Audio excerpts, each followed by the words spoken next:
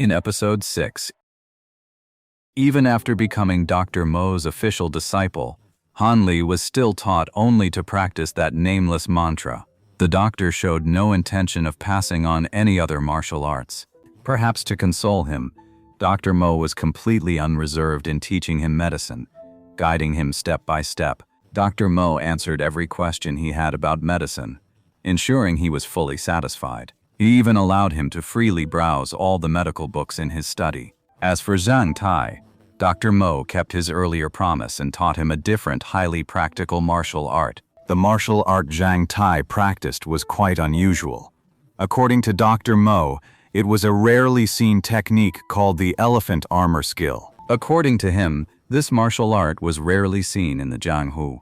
Many hadn't even heard of it, let alone practiced it. Unlike the common martial arts circulating in the Jianghu today, which progress from easy to difficult, where each higher level demands exponentially more effort. This one is different. This martial art is divided into 9 levels. The first 3 are quite easy to master, no more difficult than your average technique. But from the 4th layer onward, the training suddenly becomes incredibly difficult, demanding the practitioner endure unimaginable pain and torment. Many who practice this art cannot endure such inhuman agony. They stop right here, their cultivation stagnating forever, let alone advancing to the 5th or 6th layer. The pain you must endure is several times greater than before. However, once you break through the 6th layer and reach the 7th, the path becomes smooth and unobstructed. The only catch is that every month you still have to endure those days of excruciating, life and death agony on schedule. It's precisely these factors that make those who wish to cultivate this art think twice and back away. And that is the main reason why this technique has nearly been lost to time. This technique is so unique, and its power at the higher levels is truly astonishing. It's said that those who master the 9th layer become as if clad in divine armor, impervious to blades and spears, untouched by fire and water. Not even palm strikes or fist strikes could harm him, let alone the sharpest blades or swords. What makes it even more coveted is that after mastering this art, ordinary people gradually gain the strength of Xiangjili. At higher levels, they become immensely powerful, capable of capturing wolves alive and tearing tigers and leopards apart with their bare hands. Those who knew of this art were both awed and terrified by it. No one else has ever managed to cultivate this technique to its 9th layer, aside from the master who created it. Legend has it that this master was born without the ability to feel pain, which is how he could create such a perverse martial art. Dr. Mo had laid out the pros and cons of this technique for Zhang Tai in full, but Zhang Tai had no personal experience with its dangers, so he didn't take them seriously. He was only dazzled by the power of the elephant's hide art. Without a moment's hesitation, he agreed to cultivate it, and as it turned out, this martial art seemed perfectly suited for him. In just 2 short months, Zhang Tai had already pushed his training to the peak of the 1st layer. Recently, to break through the 1st layer of his elephant armor art, Zhang Tai had been training every afternoon under a waterfall dozens of meters high on Chishui Peak, enduring the immense impact of the falling water. This was on Dr. Mo's advice. According to Zhang Tai himself, "It's been pretty effective. I'm just a hair's breadth away from the 2nd layer. A little more push, and I'll break through this bottleneck." Han Li slowly walked out of the Divine Beast Valley and, following the mountain path, habitually headed toward the faintly visible Crimson Water Peak. He didn't have anything important to do right now. The only reason he'd been running over to Zhang Tai's place every day was to watch the guy's hilarious, pained expressions while training under the waterfall. The elephant skin art is no joke for the average person. Just the 1st layer demands such torment. What will the later stages do? Peel a man's skin right off, I bet. I bet Zhang Tai is regretting it now. The sheer dominance of this elephant armor technique far surpasses anything we imagined. Han Li walked along, lost in thought, idly kicking at the fallen leaves and branches on the ground. In a few more days, we'll go to Dr. Mo together and beg him to let us switch to a different martial art. That way, we won't have to suffer this living hell anymore. Han Li thought to himself, feeling a surge of energy at the idea of finding a way out of this misery for his friend. Han Li looked up at the trees lining the path. It was late autumn, and all the branches were bare. A thick layer of fallen leaves and dry twigs carpeted the trail. making his steps soft and comfortable. From a nearby mountain peak, the faint clang of clashing weapons drifted down, punctuated now and then by a few loud, boisterous cheers. Hearing those sounds, Han Li looked toward the mountain peak again. His mood, which had just begun to improve, turned sour once more. These were the senior instructors of the 100 Bricks Hall, training the new disciples in weapon combat. Whenever Han Li saw his fellow disciples gather for live blade training, a pang of bitterness would twist in his heart. I really want to pick up a real blade or spear and give it a proper whirl. Unfortunately, for some reason, ever since Han Li formally became Dr. Mo's disciple, the doctor strictly forbade him from touching these things and barred him from learning any other martial arts from other instructors. He claimed it would interfere with Han Li's progress in cultivating the mantra. So, Han Li could only watch with envy, occasionally borrowing a few weapons from his close friends in private to swing them around a few times. Seriously, what's so great about this cultivation technique I'm practicing? I still haven't seen any use for it. All the other disciples who entered the sect with me, their skills have grown sharper with each practice, their martial arts advancing by leaps and bounds.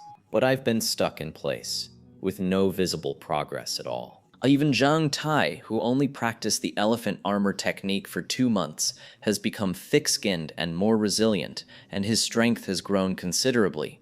But if Dr. Mo hadn't taken me in, I probably wouldn't have passed the disciple test 2 months ago, let alone stayed on the mountain and saved up so much money. Well, if I can't learn the other stuff, then I just won't. Han Li grumbled to himself, even as he tried to find some consolation. He pulled his gaze back from the distance, his mind still muttering away, and his focus grew even more scattered. He stared vacantly at the sides of the path, not even knowing what he was looking at. Suddenly, Han Li sucked in a sharp breath, his expression turning strange. He then pressed his mouth almost to the back of his own ear. He reflexively crouched down, pressing both hands hard against his right big toe, then groaning collapsed back into the grass in pain. The sudden, searing pain instantly brought Han Li to his knees. His face had gone pale. Waves of sharp, piercing pain kept shooting up from his big toe.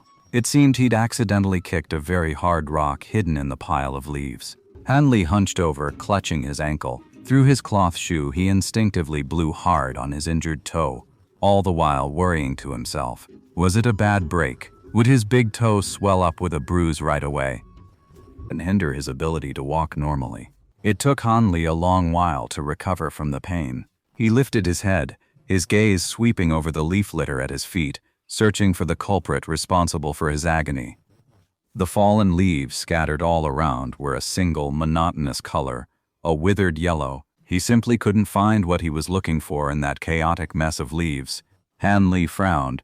He groped around on the ground, grabbed a thick, long branch, and used it as a crutch. He rose up on his tiptoes and stood up cautiously, frustrated. Then, as if unwilling to give up, he used the branch in his hand to vigorously rake through the thick piles of leaves all around. Just then, the stick unearthed a fist-sized object.